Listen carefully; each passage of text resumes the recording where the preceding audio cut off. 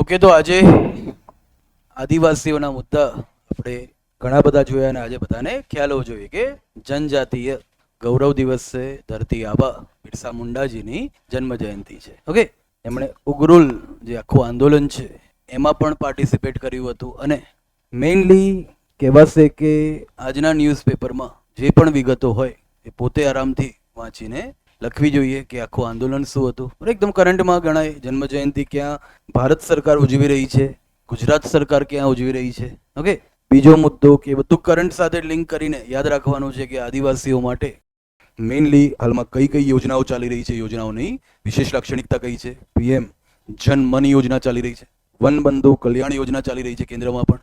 ત્રીજું ચાલી રહ્યું છે આ ધરતી આબા, ઓકે, મેન ઓફ અર્થ ધરતી આબા બિરસા મુંડા ગ્રામ ઉત્કર્ષ યોજના. અને બંધારણમાં આજે આપણે ભણ્યા કે આદિવાસીઓને લઈને શું નક્કી